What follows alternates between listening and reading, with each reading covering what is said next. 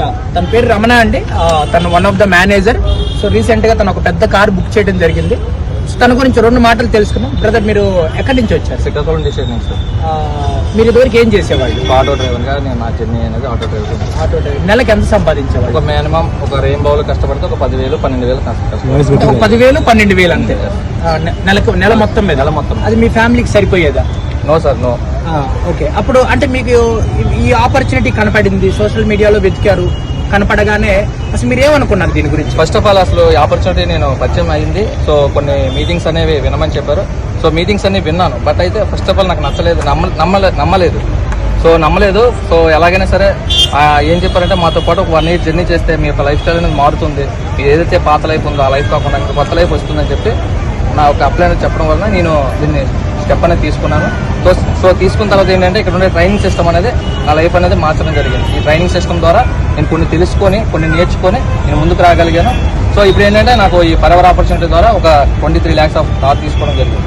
మీరు first step, మన forever లో అన్నిటికీ బేస్ అంతా కూడా ఫస్ట్ స్టెప్ తీసుకోవాలి. 2cc అనే స్టెప్ తీసుకోవాలి.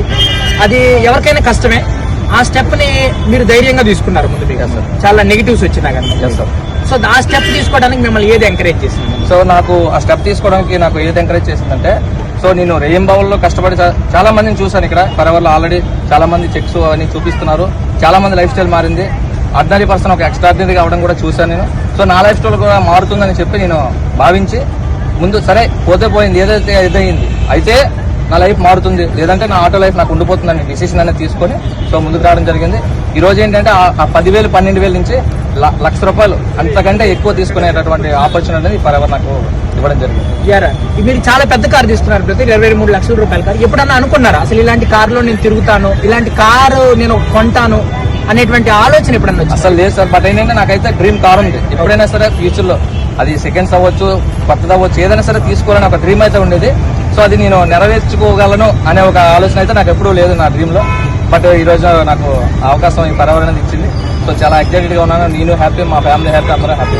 Thank you brother, thank you very much.